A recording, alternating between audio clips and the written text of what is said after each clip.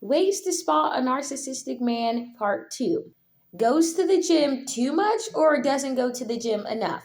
Now, when someone goes to the gym too much, they are overcompensating their looks because they cannot do anything else. They don't have anything else to show off. Like they just want to do outer work, but not any inner work. Also, if you see a dude going to the gym a lot, first of all, make sure they're not on steroids. And also, make sure he's okay because he apparently has some unresolved trauma that he ain't talking about. And he's probably still not over his ex. And so I would just say, watch out. He might look good, but he ain't probably going to treat you good. So I would, if a guy doesn't go to the gym enough, he is lazy and he also doesn't take care of himself, which goes into the whole not taking care of your car thing. Or even driving a moped, just not caring, just not taking care of yourselves, not liking yourselves. Can't handle rejection or criticism, but wants to do all the rejection and criticism themselves. Facial hair that is unkempt, or facial hair that is too kept, like too much or not enough. Usually, they're very radical human beings. They're very radical. They're either too much or not enough. No matter what you do for them, they will never be satisfied, especially if you didn't want to do it in the first place. Complains about women they dated in the past or even mentions them in the first place.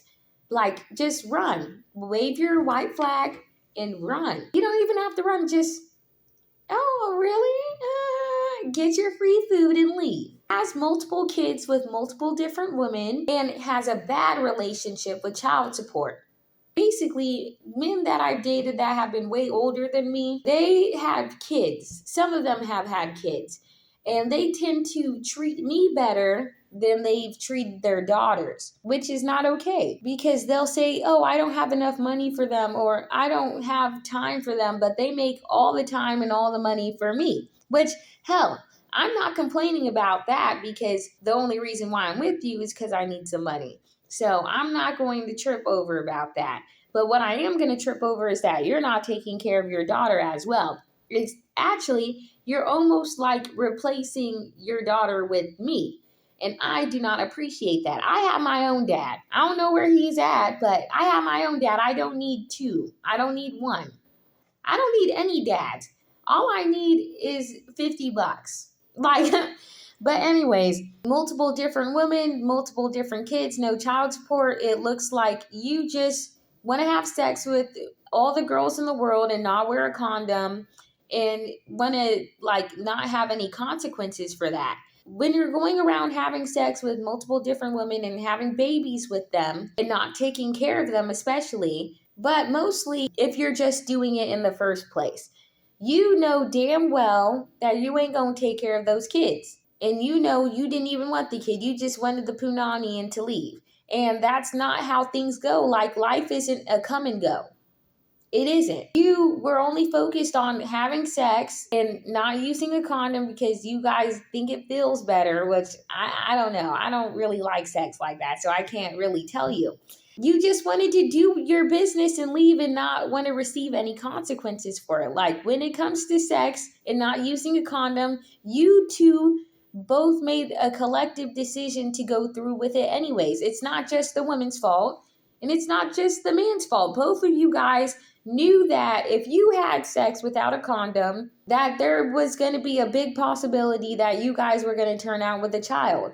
And you guys chose to do it anyways. And it's very reckless behavior. Like all of this stuff, like driving a motorcycle and stuff like that is just reckless stuff. Like having sex with women who you're not really interested in and you just want to get a layoff, but you know that making a big decision like having sex without a condom results in a baby, which is a responsibility. You guys just want to do whatever and expect no repercussions from it. And it's reckless. Dudes who talk through the notes app at a social gathering. Talking about you want to go to the bathroom? No, sir, I can hold it in, but thank you. If they, A, listen to rap music, B, have a great taste in music, or C, is a musician or an aspiring musician, especially SoundCloud rappers. is from Atlanta, any of the Carolinas, Miami, Las Vegas, Houston, New York, specifically Brooklyn, Bronx, and especially Queens. If they're from Delaware, they're from California, Alabama, Nebraska. Honestly, like, if I hear a guy is from any of these states, especially Atlanta, we're going to have a huge problem. We're going to have a huge problem. If I hear you're from Atlanta, my ears will perk up like this, and I will actually leave the conversation. Oh, I'm from Atlanta. Goodbye. I might not even say goodbye. I might just be disrespectful and just walk away from you. If you're a security guard, a police officer, a delivery driver, you're a cook, you run expo, you work at Amazon, you're a waiter, you're a bartender, you're a manager, general manager, lawyer, doctor, you work at an expensive store, you're a comedian, garbage collector, janitor. Basically, if you have any high stress job that pays a lot, or a job where you don't have to socialize with people, or a job that you hate. If your job was not legal 10 to 12 years ago, but currently is today, if I hear you're from Nigeria or Jamaica, matter of fact, if I hear you're from any of the islands or anywhere out the country, I'm just gonna, I squint, no, honey, if I hear you're from Nigeria, Jamaica, Trinidad, any of the types, I'm gonna run because I don't feel safe. It's not, I don't feel safe physically. I just don't feel safe. I don't know. I just feel I ain't safe in those situations. Emotionally safe, everything safe. I don't feel safe.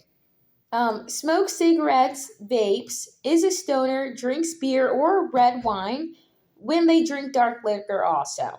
If I hear you're drinking Hennessy or whatever you're ordering, if you order a beer, I'm going to see what kind of beer you're drinking. If I see you're drinking Heineken, I'm going to look at you sideways because, believe it or not, if you give someone Heineken, it's a truth serum. If you want to get the truth out of someone, the plain raw truth, just give someone Heineken and they can tell you everything that you need to know.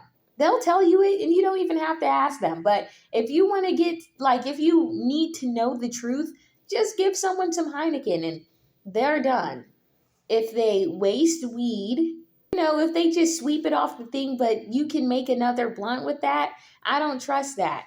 Also, if you leave weed around for me to pick up, yeah, you're reckless. You're being reckless because now I got your shit, bro. I got your shit. And I got your cigarillos too. So what now? What now? After doing something that they should apologize for, instead, they ask if you're hungry or they give you something to eat. That's going to make up for it.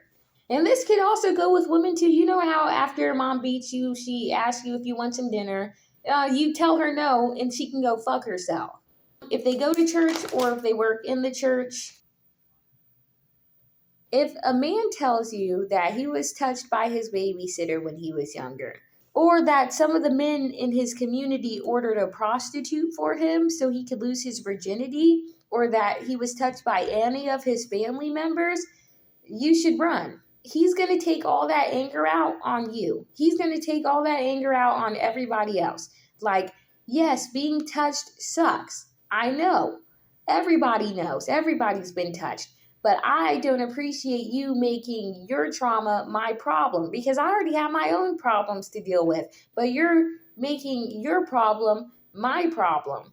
And also, when stuff like that happens at such a young age for little boys, they don't know how to process that. Hell, they don't know how to process that even when they're older, but especially at a young age, that is going to fuck up their view of how they see women in general, or how they see relationships and their love partners, and how they view sex and view boundaries within sex. It's just not a smart idea to date someone who's been through something like that. If you think they're healed, sure, go for it, but there's a likelihood that they never got over it. Hell, they never processed it. They just hold it in and they use it as ammunition to be an asshole. Their usual excuse is, oh, I was molested when I was younger. And I was like, hold on. Did I molest you? So why are you treating me like this? That's all I've gotten for now. There's more, but I don't want to make this video any longer than it already is.